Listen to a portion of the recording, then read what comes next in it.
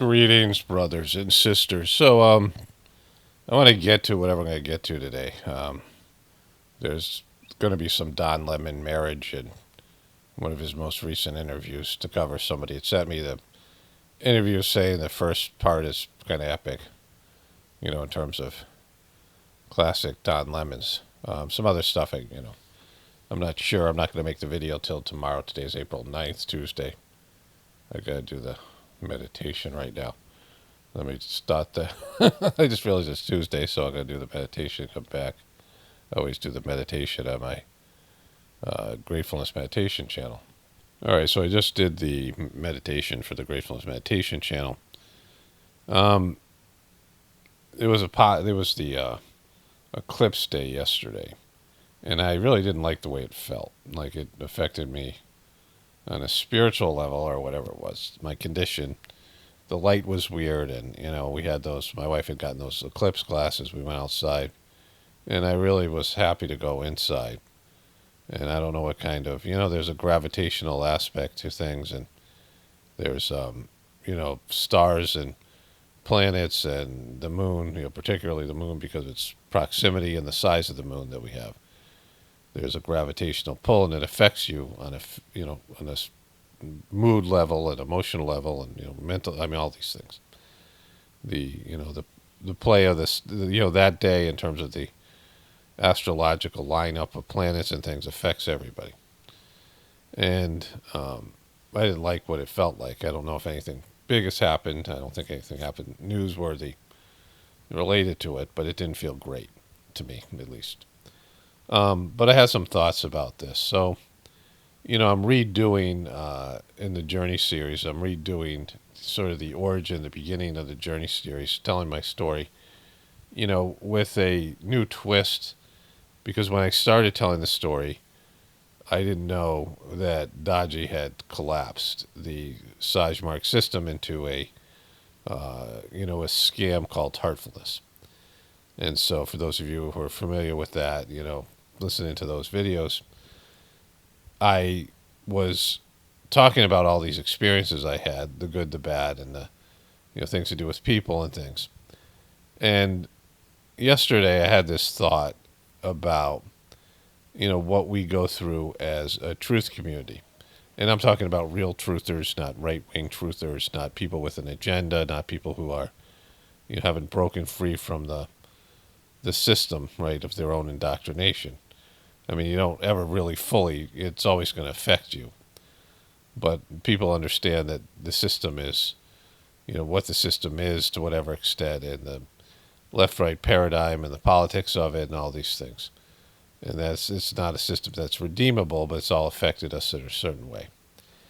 And I was thinking about this in terms of the experience I had with the organization, that became Heartfulness. And in the Sagemark system of meditation that I do, there is a teaching which makes sense that everybody has something to offer. That, and you see this in a family, you'll see this at a work environment, you'll see this on a team, right?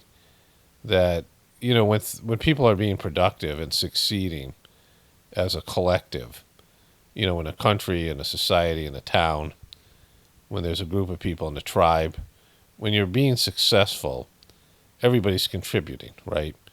One of the things that, my kids growing up on a farm, just doing farming work. And there's a video particularly that I don't have, it's, it's private right now, but it's my daughter when she was 10 years old milking out a cow by herself, maybe 8 or 10, I don't know. She, which was a gallon of milk, which is physically hard for somebody with 10-year-old hands, right? And, my daughter was smallish, but she was the third of, my kids to learn to milk out a cow by herself, right? And the pride that she felt, I don't want to say pride, but, walking in and carrying the milk into the kitchen. And our kids don't get that, right? I mean, I didn't get that. You didn't get that. In terms of, maybe you did, but like most of us didn't, even when I grew up. Being able to contribute something like food to the family, right? And where you're actually, so doing something that everyone's going to eat. We have this idea of money, this abstract idea of contribution that people and that's not anything, it's something.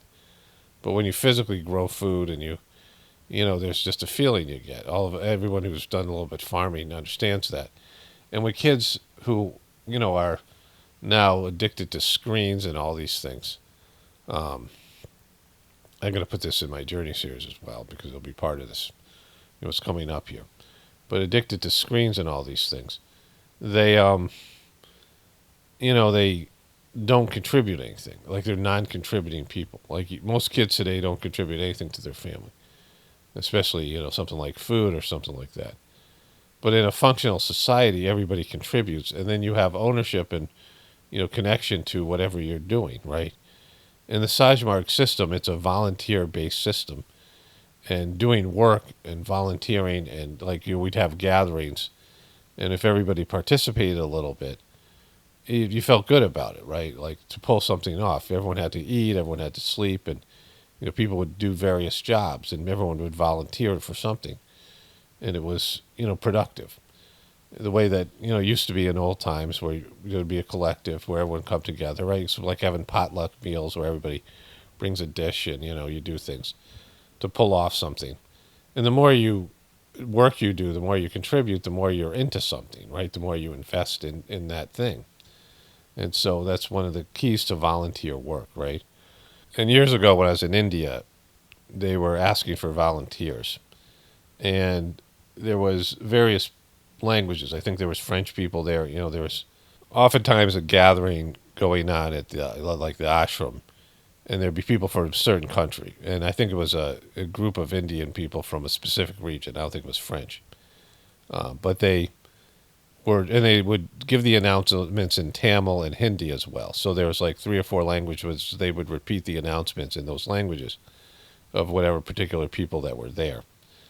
And there was an announcement where they asked for volunteers, and then they announced it in these other languages. Of course, I didn't understand. I don't speak any other language. But every time they got to the word volunteer, they used the English language word volunteer. There was no word for volunteer in these other languages, right? These more ancient languages. And that's because, when you grew up in a tribe or a family, there was no volunteer work. People worked for free all the time. Your work was your contribution, right? Like only a monetary system where you get compensated, which, a work slave system, a wage slave system where you get compensated for selling your time and your energy and your work, is there an idea of volunteering. Otherwise, you would just volunteer like a squirrel doesn't volunteer when it's collecting nuts for its family or, whatever, right? Like, whatever animal's doing out there, they're not getting compensated for their work. It's something that we have to deal with in terms of money, but you just do your work, and the compensation, is there in the work, right? So, all of this is kind of, leading to what I'm saying about contributing something. And all those of us in the so-called truth community, we've been dealt with in a certain way as undesirables, right? So this is a movement that's happening for whatever reason. It's a good movement, for us, we believe it to be good. But it is a movement in which people are aware that the system that they're 100% dependent on is based in lies, and it's an unfunctional system that's unnatural and going in the wrong direction, boosting people's egos, destroying the family, and it's about materialistic addiction, disconnecting people from God, and the elements that are there, like religions and things like this, are also disconnecting people from God, right? They're acting as a gatekeeper between you and God. And so there's, a level of, you have to have a spiritual life. You have to have a purpose for your soul, right? Your soul has a purpose. And there's almost no knowledge or acknowledgement of this in our society. In fact, they mock it with, this idea of the religion of science and things. And so there is an organic movement that's happened. It's partly due to the internet, but it's also due to the fact that things are getting stirred up and the truth is coming out. And first they ignored us, but now they've categorized us truthers as undesirables and potentially destructive to the system.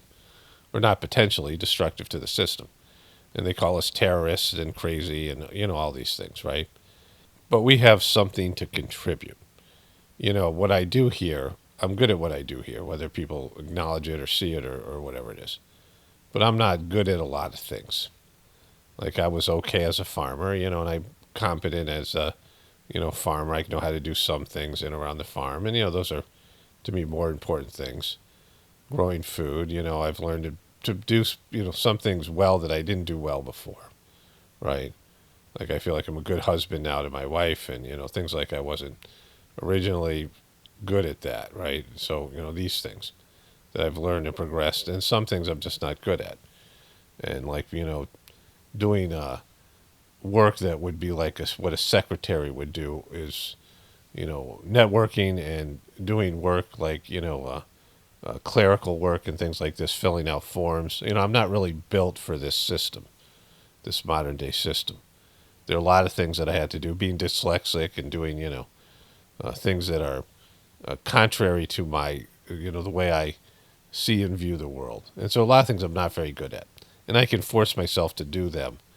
But when I have, when someone else does them, if, if I'm working in a situation where somebody else takes those things, those tasks, and does those things for me or, whatever, as a part of a group, I'm really relieved, right? And so there are a lot of things I don't do very well. But this I do well. And, it's valued, it should be valued and needed in our society, right?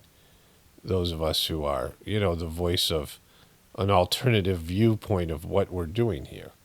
And what they've chose to do is demonize us and pathologize us and say that we're crazy and destructive. And, there's no saving this system, but it has mitigated the value of preparing people for what's going to happen next and what's happening right now. And an example of this was I was doing research about the UN, right? As you're a truther, you go through these various subject matters as you learn about them, and the things that affect our system. And you find out about the UN, its creation by the Rockefellers and, all these things and what it was really about. And it isn't about world peace. And it isn't about coming together. It is, psychological operations. It's about depopulation. It's about, all these negative things. It has superficial services and an outward presentation that it is, some sort of all the nations coming together and working things out to collectively deal with the globalization of the world, right? And so it's given this sort of beacon, the UN, whatever's going to happen. But we know that they've trafficked children, trafficked women, human trafficking, and I mean, they've been caught. There's a movie called The Whistleblower about being, it's not only that, it's happened multiple times, doing things that are like evil, like the opposite of what the UN's supposed to be about, helping people. It's exploiting people in the worst possible way. So many different times. There's a big scandal, the money for oil that happened with Saddam Hussein and things like this. It was the biggest program the UN ever ran, and it was a $20 billion scam, right? I mean, the UN doesn't really have any money. And so I was doing research about the UN, and it was the time that the third master, the system master Chargi, had severe health issues, and he was basically delegating all of his work to people around him. And a bunch of these clowns decided, because in India, being in the UN is a big thing, right? Like it's a badge of honor to be an NGO. At that time, there was an NGO for every 400 people, and we're talking about a society that, back then there was 1.2 billion people, right? I mean, now it's the same amount of, these NGOs. Like, I mean, think about for every 400 people out of 1.2 billion, there's an NGO there. Like being an NGO, a non-governmental organization, is really important. And the UN uses these organizations, and they've really targeted India because of the depopulation and things like this. And, it's a really nefarious thing going on there. But I learned the second master, the system Babaji, was offered to join the UN and be a part of it. And he said no, like he said. And he wrote them a kind of very stern letter for him saying, He sent a letter to somebody else and saying, like, look at these guys. They think they can create world peace by using the modern weapons, like using weapons to create peace. The peacekeeping forces, right, that they have, military. And all those things. And at that time, the UN ordered America and these other NATO countries to go in and get rid of Gaddafi and do regime change for no good reason. Well, the reason was that he was going with a gold dinar, which could have potentially taken down. He wanted to have his own currency and sell oil for a gold dinar instead of the petrodollar. The whole American economy is predicated on the petrodollar, that you have to convert your money into dollars to buy oil. And he was going to be a threat to that. But it was evil, and those of us who were aware of what was going on, and I did a lot of research on that, knew what was going on. And so I found out that these guys were trying to make this purely spiritual organization that was supposed to have nothing to do with politics into an NGO, because they were just stupid. The same guys who have wrecked Heartfulness, taken Heartfulness and made it into a cult. And, because they wanted to be big men and they thought it wasn't important. And so I, wrote to the master of the system. He said, I'm not in charge of this, what he directed to me to people that were doing it. And the way they handled me, the way they handled the situation, they never really figured out what my point of view was. And had they done so, it would have changed the outcome of what they're doing now, right, in terms of the Heartfulness debacle. But the way that they dealt with dissenting voices, that's the way we get dealt with all the time here in the truth community, was, led to basically their own destruction and their own personal failure. Because one of the things that, I do well here, and those of us who are real truthers do, we keep people from doing, or we keep ourselves from doing stupid shit, right? Like, we see through the facade and the lies and the false, the dreams and the whatever your false motivation is for doing something wrong, and realizing there's going to be real consequences for the crap that you're doing. And, we are able to bring light into that. We're able to bring, consciousness into that.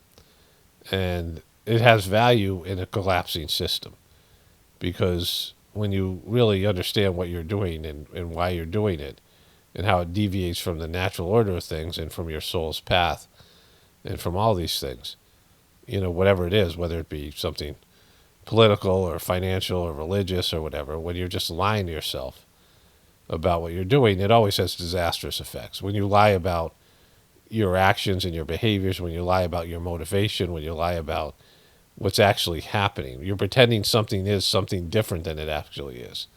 Pretending that the UN is good when it's bad is going to lead to disastrous results for your organization, right?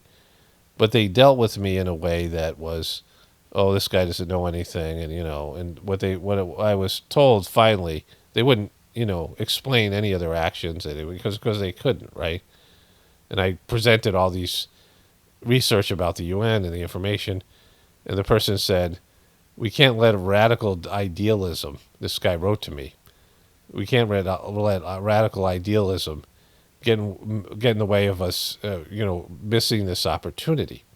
And I'm like, what opportunity? What do you think you're going to get from the UN? The UN is parasitic. It doesn't give you anything. It doesn't give you credibility, because most people don't have people either have a negative opinion of the UN or no opinion. People like who have been abused by the UN or understand what the UN is and has been on the other side of the UN, the effects of it.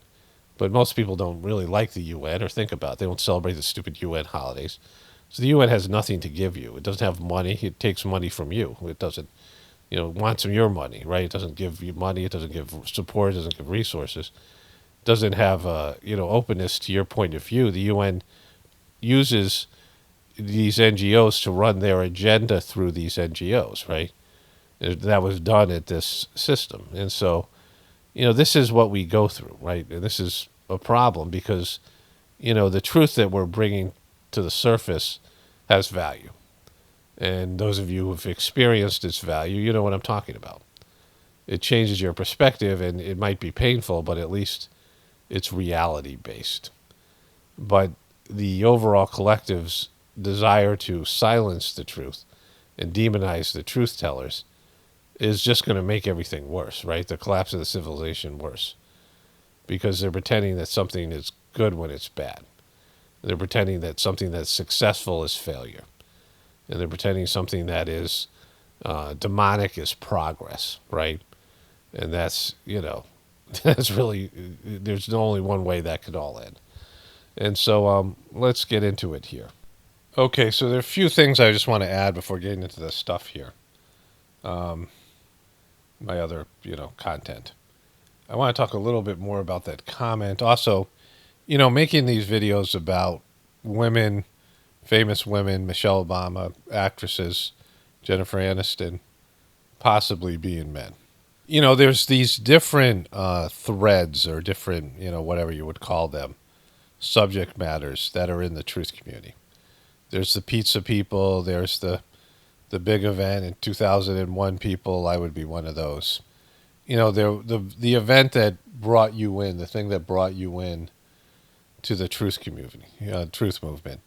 And then there's things that people get into, stuff to do with COVID, right? The vax stuff. And there's some things that are just more important. Some issues are more important than others to people.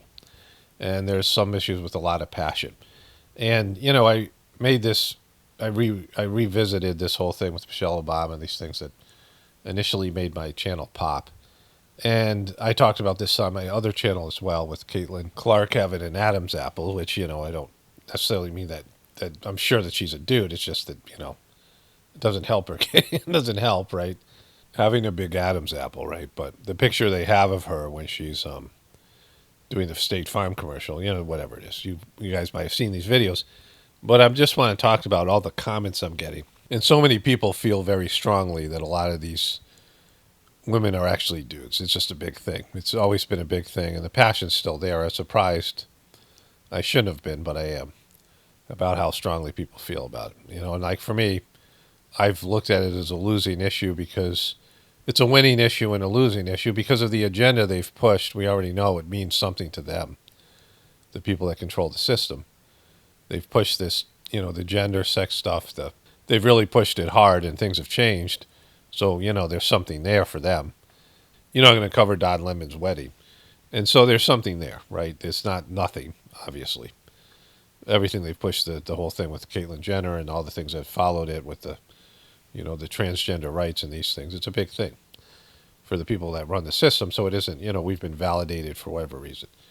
But then there's just the fact that there's nowhere to go with it. Like there's these issues that, they just become dead issues because people make up their minds about it, and YouTube and these platforms put in restrictions, and there's just become something where there's nothing that can be done, and people still fixate on these things. It's not healthy because it's, you just got to see what you see, form your opinion, and then move on to the next thing, whatever. Because it's just if you're waiting for something to the truth to come to light and justice to be done, it'll be done, but not on our schedule, not the way that we want. Things are going to get worse before they get better. Like this thing isn't going to stop. There's no way to turn this thing around. It's going full depravity, right? That's just the way it is. But I also want to get back to this comment, and I think I still have it here. I do. Good. So I'll read the whole comment, but I'll stop at the part that I want to focus on here. Let me just make this bigger here. Here we go. The person said, I covered this comment excessively. So you're so holier than thou. You hate Christian, and that's fine. but you do the same. You talk about how they're stuck in their ways, but you are the same with your beliefs. It's fine. Everyone can have their beliefs, but you constantly bring up those people's beliefs and how stupid and hard-headed they are. You just said you used to make the exact same videos, and I remember you also shared so many beliefs with the Q people did, but after the media really started coming for those people, you deleted your videos. How can you think that you're so much better and smarter than them? It doesn't even matter. Okay, then why are you talking? Go ahead and do your little video over my comment. I'll do two. They're always made me think two things. You're actually highly sensitive to any beliefs that you don't share, that you try to embarrass them, or you're just a mean person and can't stand criticism. You constantly say, I don't care. I say, I don't care. Don't tell me. I don't want to know. I don't need to know. Or maybe it's don't want to know. That's because you're just as set in your beliefs as like the Christians you hate. You're no better. You constantly call other religions cult. You now say this that your system you believe in is a cult. Why? Because they deviate from some things that you don't believe in. If it's a cult, that means it doesn't. If it's a cult, it means that it's always been a cult. And so I want to focus on that one part. This thing about Christianity and heartfulness. The essence of this comment is the person's making up things that aren't true. And when you have to do that, two things I want to say. One is, I've experienced doing this in my own life. And my ex did it to such an extent that I saw the problem with it, right? You don't want to re-experience your previous relationships, either with your family, your parents, other people, significant people in your life, an abuser or something like this, with your new relationship, right?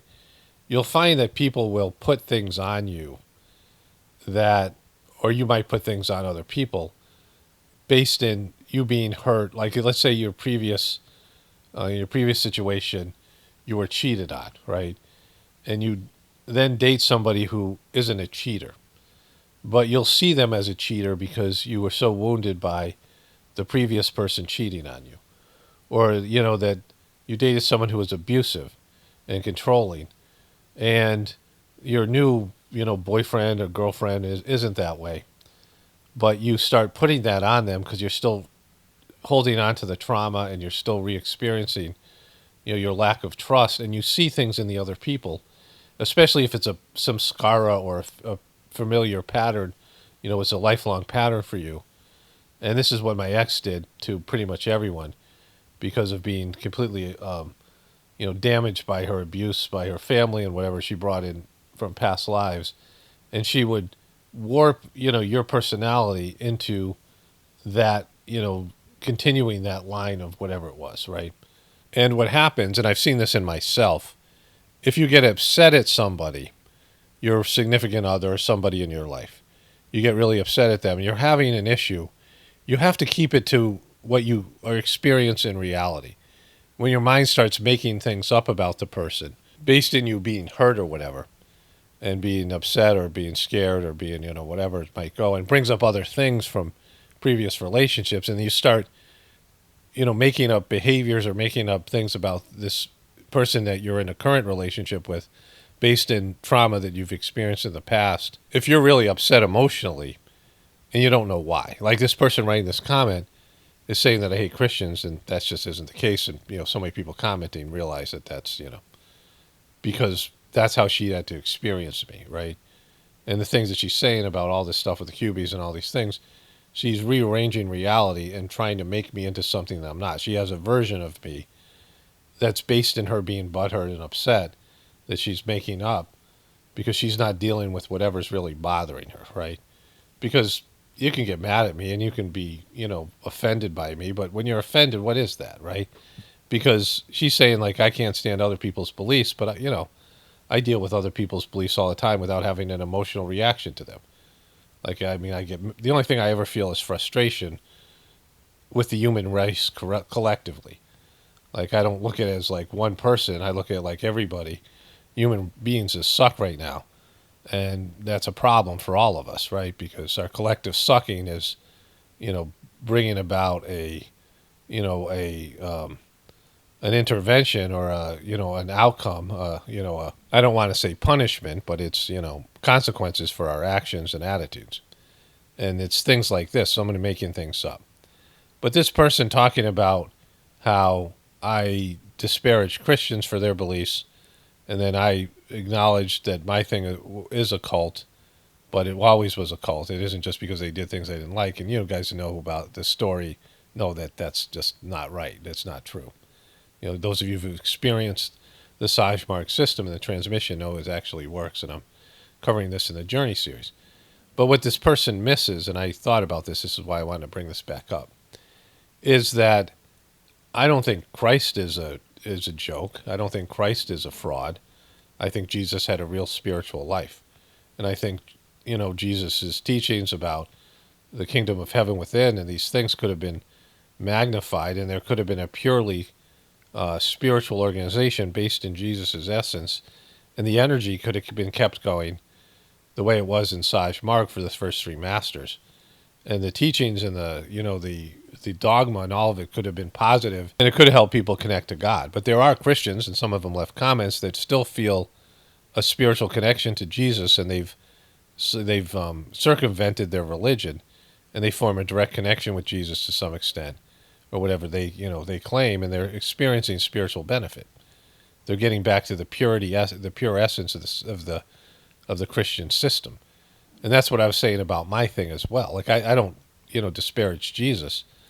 It's the organization that's been created to use Jesus's teachings that draw people in, and Jesus's energy and all these things to draw people in, so that they can profit and manipulate the people that are connected to the religion. That's what my issue is.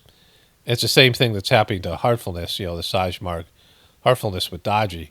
Daji's taking all the goodwill and all the love and all the transmission, all the energy and all the spiritual benefit that people have experienced with the previous masters of the system, and the trust that was built up, all the capital, the spiritual capital and the good will capital and things that people had for Chargy, and he's using that to manipulate them and then warp it for its own personal gain and to be some sort of fake Oprah Winfrey guru and all these things.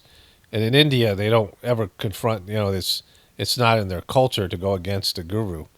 They have a fear of it. It's a taboo, so they're not willing to look at this guy. And people who are long-time practitioners, people I know, who are like friends with or friendly with or whatever, who I recognize as being good practitioners of the system, aren't willing to look at this, what's going on, the same way that we deal with these things as truthers, right?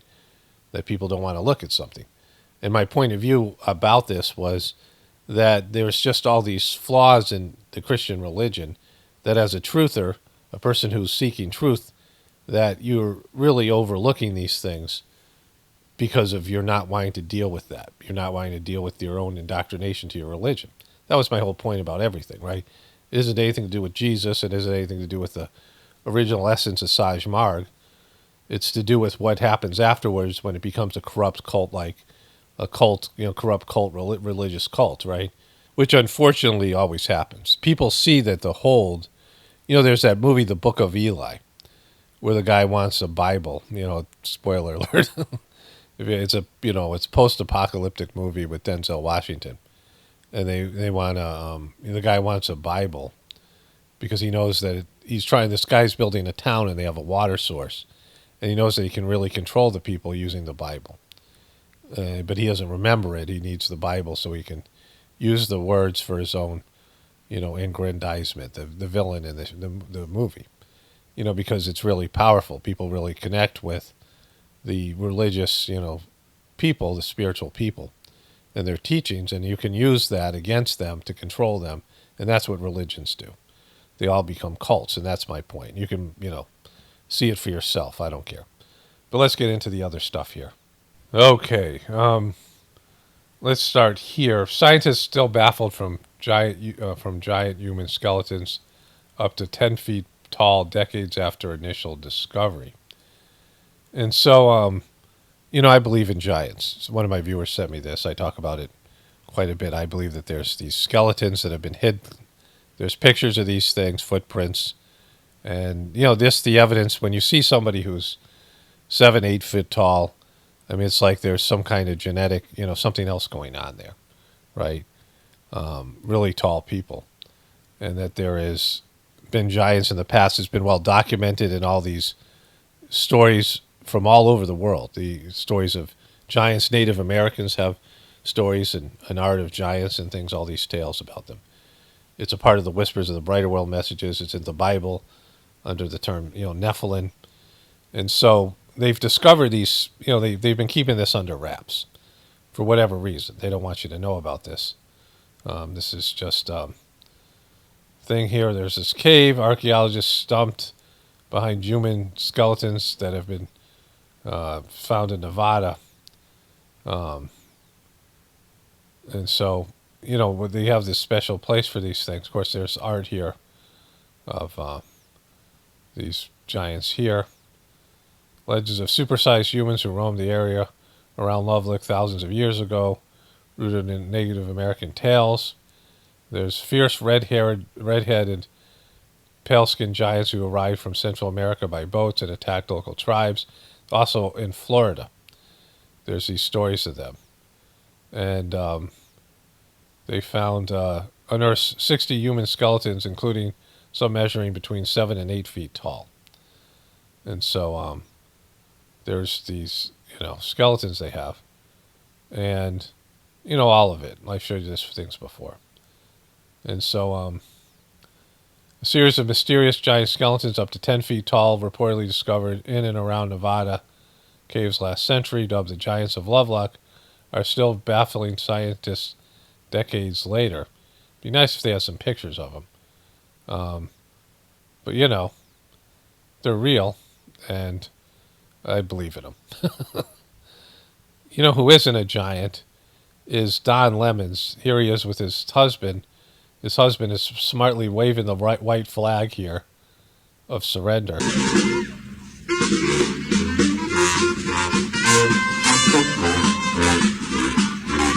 I think this is a New Orleans tradition. I think they get married in New Orleans. You can hire a band there and have a parade. They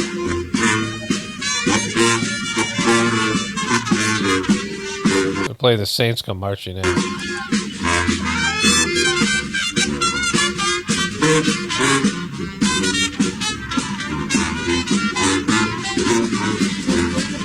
Wow, it's just it's just wow.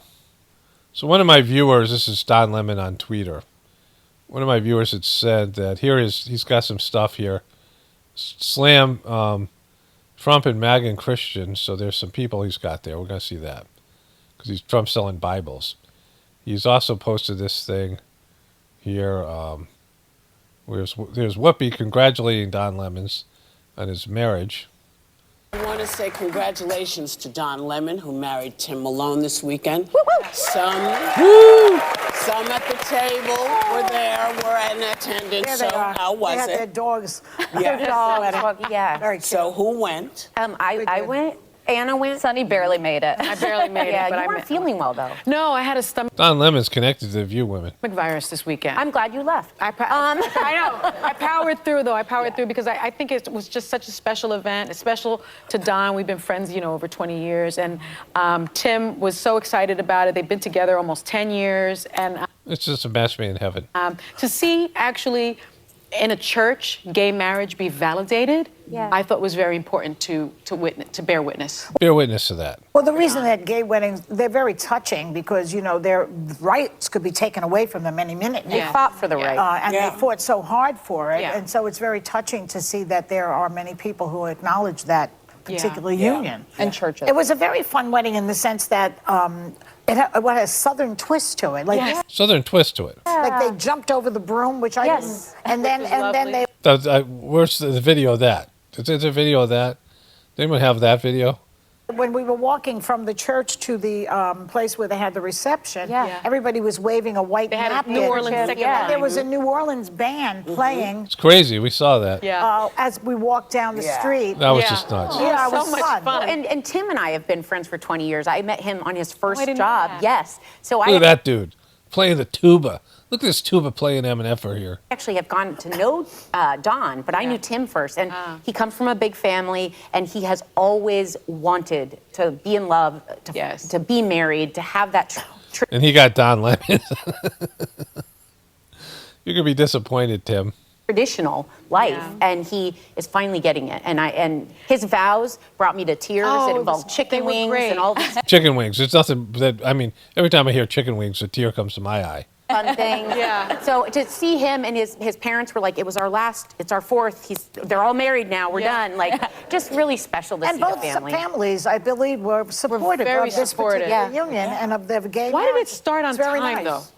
I've never seen that before. What, they No, did? I Wedding did. started right at 5:30. Wait, so I was there for does the that? choir because Tim told me the choir would be there. The choir was amazing, by the way. But then all of a sudden I look back and see all my colleagues rolling in, and I'm like, maybe they should have told him it was a live wedding. I was like, nobody gets there Exactly. You can't expect me to get there on time for a wedding. on time. Every No, star. pretty much everybody goes on time because nobody I wants to don't. sit. No, we know. You know, Sonny. We know. You're still on CP time. I am. I know. That's so wrong to say that. Why is CP time Because she was wrong? later than I was. I'm always CPWW time. Okay, so riveting. It's riveting here, Whoopi. Okay, so I found it on TikToks. Here's the broom. There's some instructions here. Ready? So, Don and Tim, you're going to jump over the broom on the count A count of 3. of 3. And remember, wait. Okay, get ready. Get ready. I think you can clear it. Once you jump over, let me just make sure you understand. Once you jump over this broom, there ain't no jumping back. There's no jumping back, Don, you cheater. 1, 2, 3. Boom! That was some quality. Yes, little smooch. Woo! Look at them go. Look at them. They're jumping brooms. And, I mean, it's just so magical. Okay, so there they are with their puppers. And some more stuff. So there was a interview with DL Hughley, that was, one of my viewers said the first 5 minutes were worth watching. So I am going to watch the first 5 minutes with you. I haven't seen any of it. And then we'll go to his thing about Trump and his Trump's Bible.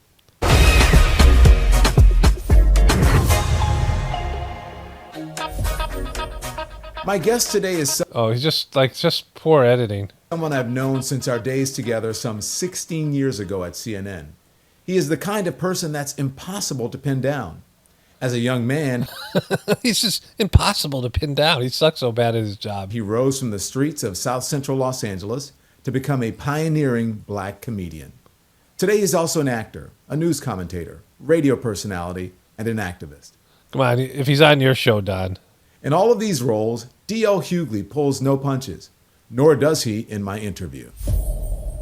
DL Hughley, as I call him, the other DL. DL, thank you so much for The other DL, Don Lemon, is the real DL. joining us. Yeah. How you doing? Thank you, man. You just can't stop getting fired, huh? Every time I turn around, somebody's firing you. Yeah, maybe you should realize that you suck. Kaboom. Jesus. I knew you were You going should to be on start. the next Friday movie. I knew you were going to start at the top of the show. By the way, I wasn't fired because I didn't work for him, but you know. Well, you said that, like you were. You claimed that he was censoring you. But in reality, he just didn't want to pay you because he realized you suck. You still have a platform here. You know. I know. You know, the interesting thing is, both examples of the kerfuffle that was raised were raised by you asking you fulfilling your journalistic assignment, which is asking questions that made people uncomfortable. I think that Vivek. No, it was him sucking. There were questions none of the questions made him uncomfortable. They were basically the same questions. When are you going to censor and handle Twitter and stop truthers and right-wing people from posting? Because we can't compete otherwise. And by we, he means CNN that fired him because he hasn't gotten over. For a guy who talks about, homophobia and racism, Don Lemon, he is going with the oppressor, which is CNN, right? Who fired him. Like he has no loyalty to them. They fired him. And, he can't get a job now because he sucks. And they fired him. CNN is not wrong to fire him because he couldn't get ratings. And he sucked, right? But he wants Elon Musk to censor Twitter. That's what his whole, not only that interview, but the interview with Mr. Wonderful and the other interview that followed about the interview were all about that. And so anybody can see Don Lemon sucks even at the beginning of this interview, right? Ramaswamy and the Nikki Haley interview probably started some stuff, and then the Elon Musk, and they all really are the same thing. It's fragile white egos. Like This whole attack on diversity and inclusion. So Nikki Haley is actually Indian, and this whole idea that this was fragile white egos. They fired Don Lemon from his nighttime show because his ratings suck. He can't carry an audience. This is about finances, and he's a dope. Like, they were looking to get rid of him because nobody likes the guy, and his ratings sucked. I mean, his ratings were horrific. His ratings were okay when Trump was in office, and Chris Cuomo was popular for whatever reason. I mean, Chris Cuomo was more popular than Don Lemon. Chris Cuomo was having good ratings. Think about that, right? How bad Chris Cuomo was, how douchey he was. And so this guy's saying it's about fragile white egos. No, it's about Don Lemon's not being able to carry an audience. Inclusion is really a tip of the hat to white fragility.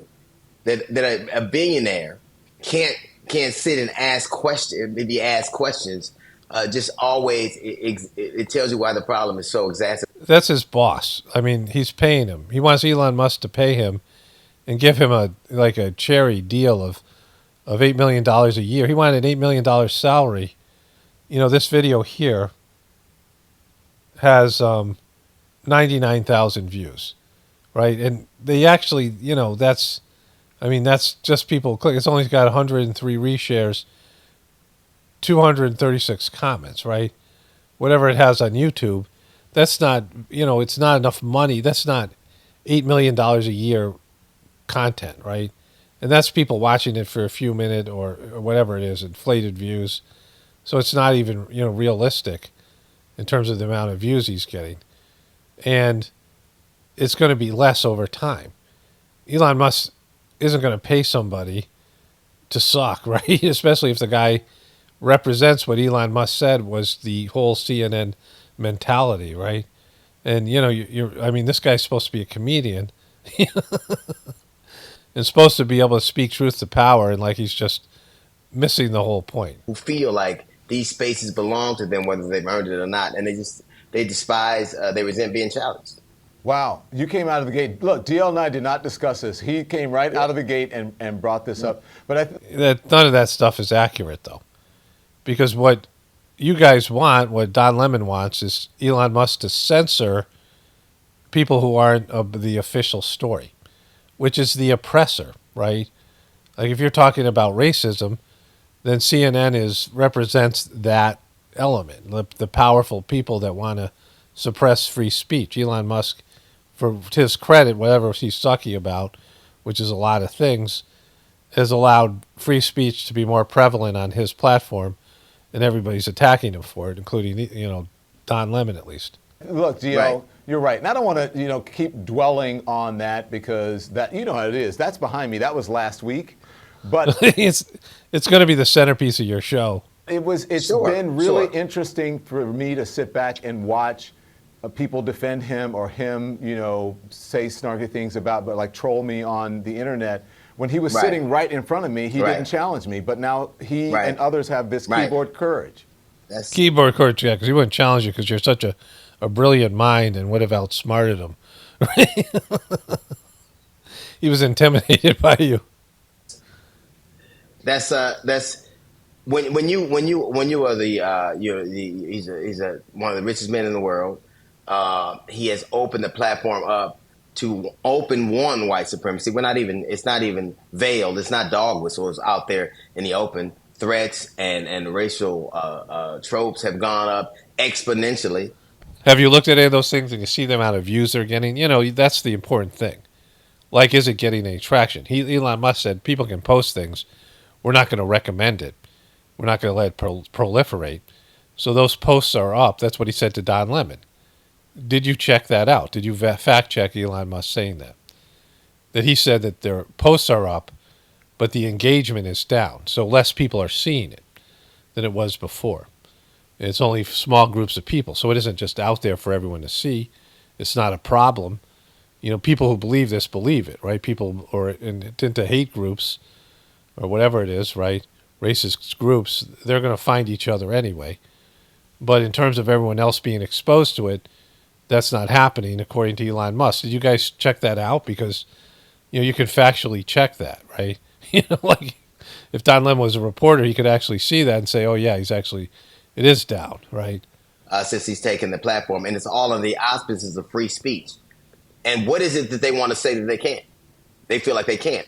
The only thing that they can't say that they feel like, the only thing they really want to say that they feel like they can't is really racial tropes and slurs. That's really it. Everything else you can. No, because we're being censored by every other platform. We can't talk about the vaccine, right? We can't talk about that. That's, there's medical misinformation on YouTube and these other platforms. You can't talk about, anything to do with like school shootings, any of these types of things. Can't talk about events like the big event that happened in 2001. Can't talk about that. You can't talk about things being fake. You can't talk about false flag things. There's so many things you can't talk about, right? There's so many things about current events that they won't let you talk about. And they'll censor you in one way or another, demonetize you, and in some cases give you a community guideline strike, and others on YouTube. Facebook is more highly censored, all these platforms, right? And if you aren't censored in those ways, you're shadow banned and your channel's hidden. I mean, YouTube's come out and said, we're going to only recommend authoritative news like CNN that nobody wants to watch. And so you know nothing about this. Like, you literally know zero about this, right? The censorship is across the board, and right-wing points of view are demeaned. Anybody who's a pro-Trump person is seen as being stupid, like Biden's some great, presidential candidate, right? Like, you just don't get it. Like, you're supposed to be a comedian. You're supposed to have some, insight, So I'm in the editing process, and I forgot about Kyrie Irving, right? Kyrie Irving, and, of course, Kanye. Now, Kanye can make a better case for him being deplatformed. He did things that, knowingly will get you deplatformed. But Kyrie Irving didn't, right? But Kyrie Irving was slammed on Twitter for reposting a video called Negroes to Hebrews, which was about how black people were the original Jews, the original Hebrews. And there was some things in that video that would be considered anti-Semitic, but not enough that Amazon would take it down. Amazon posted. Amazon, this giant company. And the people that went after Kyrie Irving didn't go after Amazon. Didn't go after the video. They went after Kyrie Irving for posting something. And he didn't say anything. He didn't endorse everything that's in the video. We all know this, right? I mean, just because people say that to me all the time. I don't agree with everything you say. Well, of course you don't. It's ridiculous to think that you're going to agree with everything that's said in every video. You might agree with everything, but very often you don't. That doesn't mean you didn't find something of value in it, or, the channel or something like that. So you're not endorsing everything that person did when you post something. It's just stupid, right? And Don Lemons was pushing for censorship against Kyrie and Kanye. He wasn't standing up for them. Neither was D.L. Hughley. I couldn't find anything where he was standing up for Kyrie, or I didn't look at the Kanye, but, same thing. So that's actual censorship, right? Where somebody is being, he lost millions of dollars, Kyrie Irving did, and because of his stance on the vax and all these things played a part in it. In fact, D.L. Hughley is slamming anti-vaxxers on Twitter, a few different places, mocking them, and also on Facebook. And so he wasn't for free speech, right? And he's talking about that like the only free speech that Elon Musk is giving to people is for white supremacists, and that just isn't true, right? And so, it's just ridiculous. It's stupid. He's moronic. But I know what's coming here, because he's going to be asked a question by Don Lemons, and he did to Monique the exact thing that Elon Musk did to Don Lemons. It's hilarious. You can say. Yeah. But I think that it's where we are right now, and I think that I find it interesting that people who become uber wealthy want to buy media so that way they can control them. I think all of the media companies are owned by a few families, a few billionaires. Yeah, and Elon Musk is different. Now, the people say that he got the money from banks and he's just a control. Sure. Elon Musk is a much bigger threat to be a supervillain, chipping people and putting up all these satellites and, all these things, right? There's things that he has more potential to be. He's weird, all these things, right? But in terms of the Twitter platform, it is the best. It is the one that's most open to the free exchange of information, which is what the internet was originally. And I think it's for the same reason, to kind of, under the auspices of free speech, to kind of control it. Yeah. DL, listen, I want to. I'm glad we talked. I'm glad you're here because you're just honest and you're real. And I had Yeah, and he's not insightful, and he's like you, and you're both dopes, right? someone else on who was honest and real. So I didn't want to focus on this from the beginning. We're going to talk about the other stuff that you do and what you have planned and all of that stuff. But it is no secret that you've had some friction. There's been friction between you and Monique, and we had Monique on here on our last show. She So what? briefly mentioned your conflict, but I want to hear your perspective. What happened? Where does this conflict come from? My conflict comes from saying yes when everybody else was saying no. If I'd have said no, if I'd have said no, I'm not going to have her on my radio show. If I'd have said no, I'm not doing this concert with her, then we're not having these problems. But I felt like it was That's not it. Like, where was the actual conflict? important to give somebody the benefit of the doubt. Obviously, in hindsight, I think it's hazardous. You know, you could say yes to drugs, just say no to her. And ultimately, had I said no and listened to my advisors, like so many people have, then I'm not in this situation. If I said yes, it has led to this. It is a conflict. I feel like I have my side, she has hers. Okay, but he actually asked you what those sides were. You're just talking about freedom of speech and talking truth to power and answering questions that were tough questions, and you're refusing to say what the issue is. And I'm going to do my thing, and she's going to do hers. But I have nothing but contempt for her. Honestly, that's honest I can say about it. Look, it's interesting that you say that because it's not even the kind of make-believe kind of contempt. So your story was that he just hammered Elon Musk, right? This is great. This is wonderful. He just hammered Elon Musk. This is the exact same thing. So he's saying that she was like damaged goods, like Don Lemon. She's, nobody wants to put her on any kind of a, platform, right? She doesn't have anywhere to go. And everyone told him, don't invite her onto your show. Don't do concerts with her. Don't get engaged with her. But he did anyway, right? Just like Elon Musk did with Don Lemon. And then he realized she sucks, and now he has nothing but contempt for her. He's Elon Musk in this situation. She's Don Lemon, and he can't see, like, after hammering Don Lemon on freedom of speech and abuse of power and control. It's the real kind. Wow. It's interesting that you say that because I have had people who, she has said stuff about, and it's tough to hear, right? But it's her story to tell and not mine. So I had her on because for two reasons. One, I wanted to know about pay disparity among black women in Hollywood, which she brought up on my show 10 years ago, and now Taraji is doing it. And two, I wanted to know from her what was her responsibility in all of this. But I did have people saying, no, you should say no to her. But I thought what she had to say was important because at least she was out front with that part of it about pay disparity. Well, we'll see how that works out for you. Let's see how it works out for you. I mean, she sucks. Like he's saying that she sucks the way Don Lemon sucks. And that, Elon Musk didn't want to pay Don Lemon, just like this guy doesn't want any part of Monique. We'll see. Like, I just ultimately think that had I listened to my advisors and had I, not chosen to give, like, ultimately, she says it stems from her coming on my radio show, which wouldn't have happened and I wasn't there, which wouldn't have happened had I not said yes. Mm-hmm. She says it's a contract dispute, which wouldn't have happened had I not said yes. Yeah. So ultimately, the onus is on me for doing things that were contrary to my internal mechanism. Okay, so let's go to Monique because DL Hughley's not going to tell the truth about their conflicts. Let's hear what Monique had to say. Funniest out there, people should watch the Queens of Comedy. And someone that you worked with, I have to bring it up because you were on Shannon Sharp and you talked about DL Hughley, right? Who also is a friend. What is this public beef with DL? And have you spoken to him since? Well, let me say this. I'm 56 years old. Okay, good. It's always good when you start with your age. Too old to have beefs. She's too old to have beefs. I'm too old for this. Boop.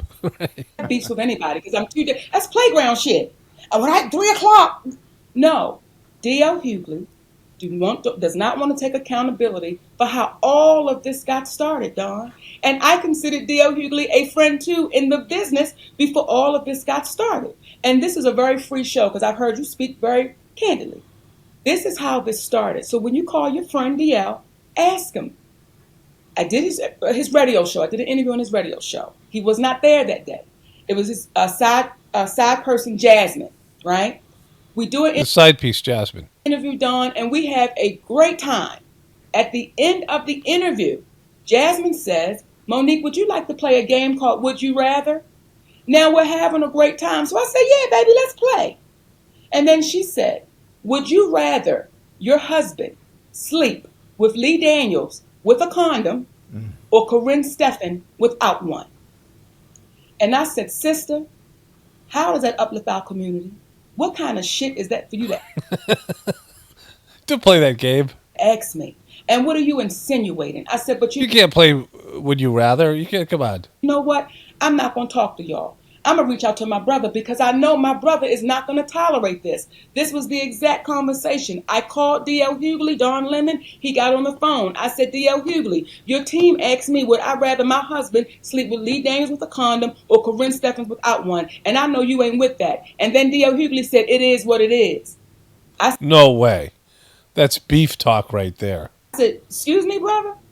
It is what it is.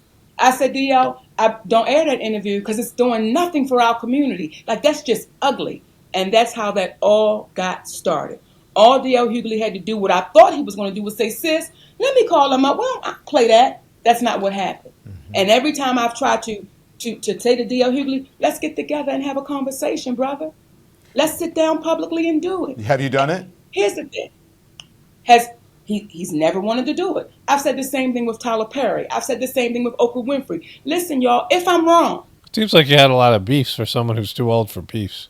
If I am wrong, let's sit down publicly. If I am wrong. What's this guy's wrong? Did you let this guy speak? I don't think this guy does he even have a voice? I have no problem saying, you know what, I called that one wrong. But no one seems to want to sit down. And you know why, Don? Because they know within seconds. Mm-hmm.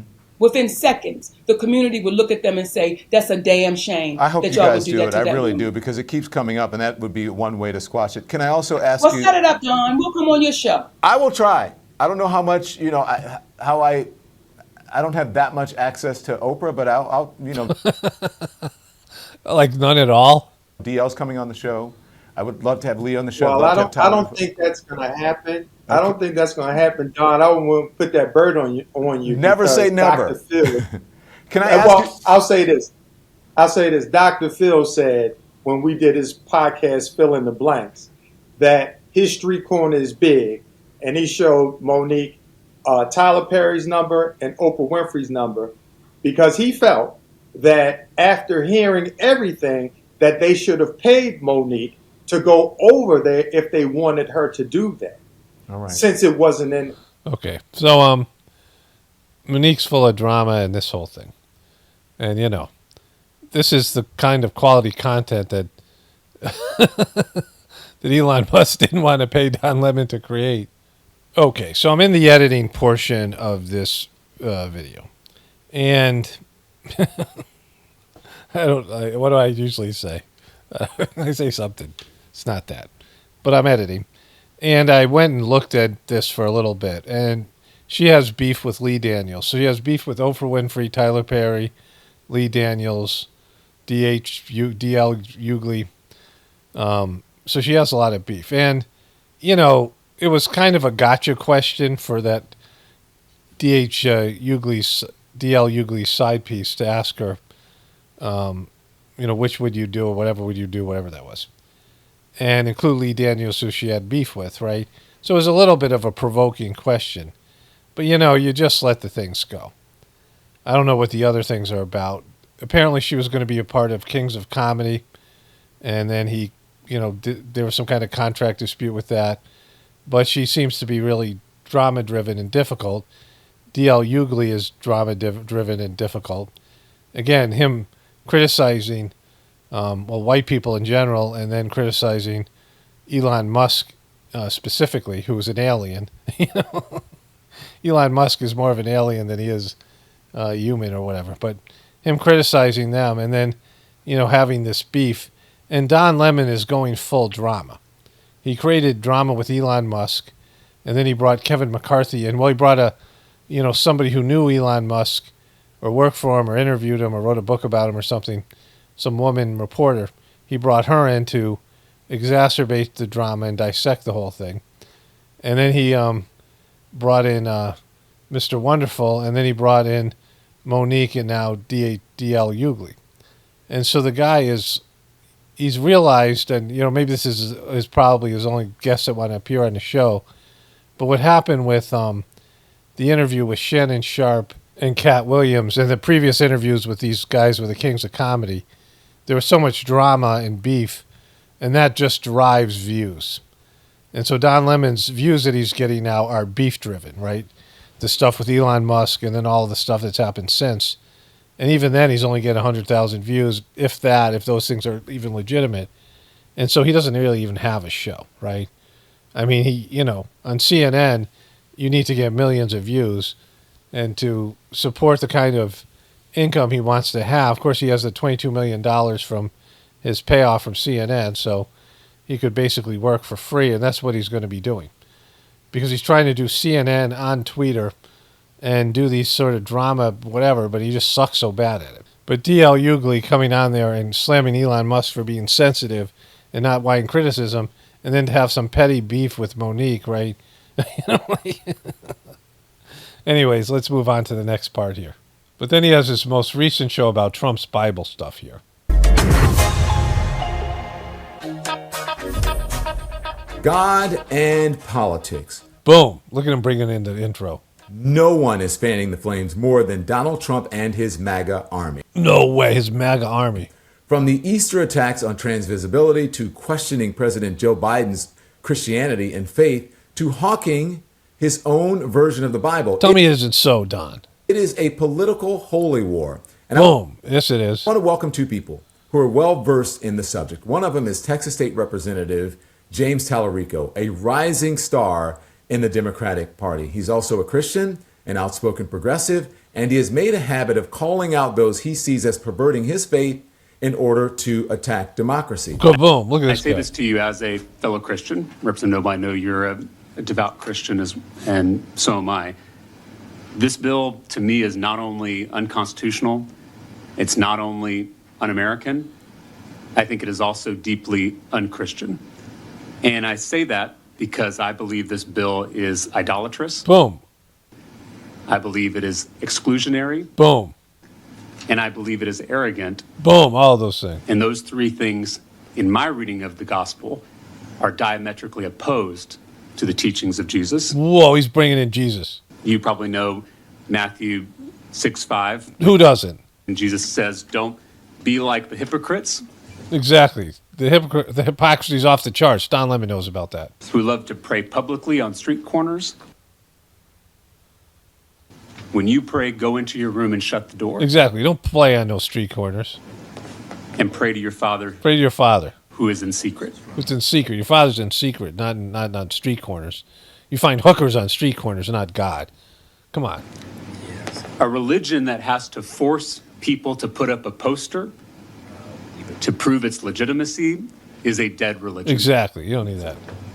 Kurt Bardella is also here. He's a former what was the law? Spokesperson and senior advisor for the Republicans on the House Oversight Committee.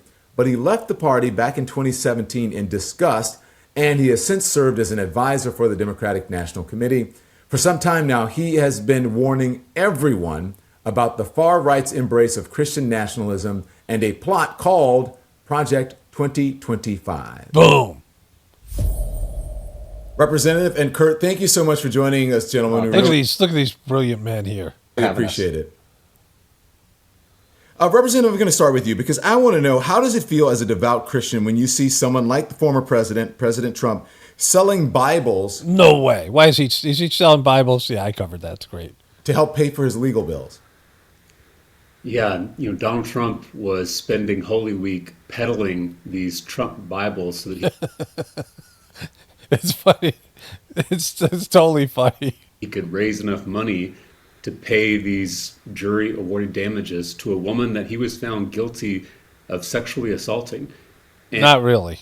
And it's ironic because on Holy Week is when Jesus stormed into the temple, into the seat of religious and political power, and flipped over the tables of the money changers. Exactly. And Donald Trump's a money changer. Those who were profiting off people's religious beliefs, those who were exploiting. Exactly. And Donald Trump's doing the same thing. He's just a hypocrite.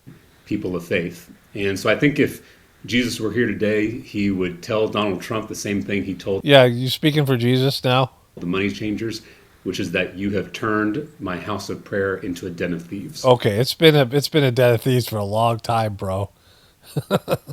Like, why don't you address the pedophile priests and ministers and all the rest of it? Yeah, but listen, he certainly has a hold on the evangelical party. I mean, they still. Wait, the evangelicals have their own party?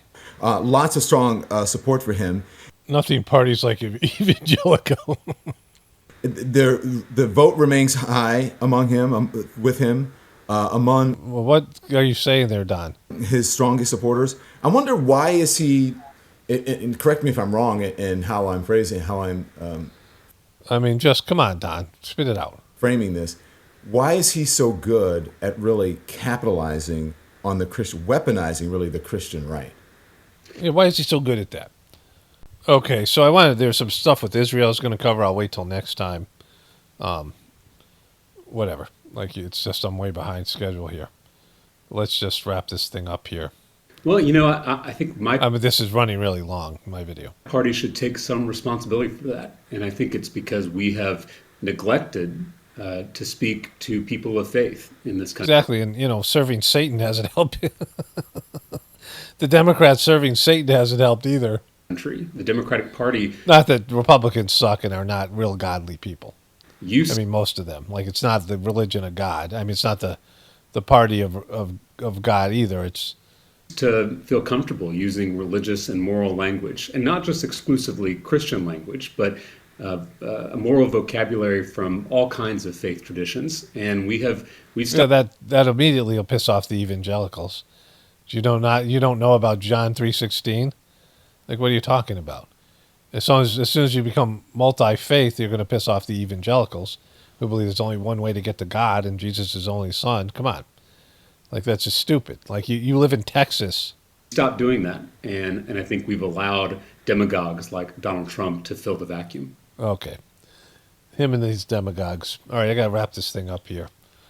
Only spirituality will save this world. It's Paul Romano, definitely pointing for the Apocalypse and the Ascension. Everyone have a blessed day and be grateful.